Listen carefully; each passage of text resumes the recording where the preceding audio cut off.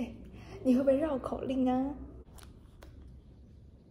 开玩笑，我才女，有什么不会？绕口令最会。最好是听好哈。扁担长，板凳宽，板凳没有扁担长，那个扁担没有板凳宽。扁担绑在板凳上，那个板凳不让扁担绑在板凳上，扁担偏让扁担绑在板凳上。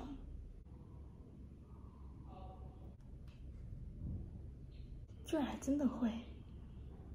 那客语的你一定不会了吧？再来一次啊！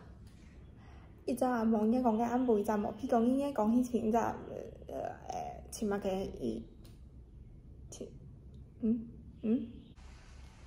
一隻毛應該講緊啱背，一隻毛屁講應該講起前，一隻毛耳講嘅應該講沙度到，一隻毛屎嘅下講。好的，相信大家對绕口令这个东西都非常的熟悉。那么绕口令在客家话里面又要怎么说呢？我们称绕口令为结沙亮，就是一个会把你念到三码不会打结的东西，就是一个会让你念到舌头会打结的东西。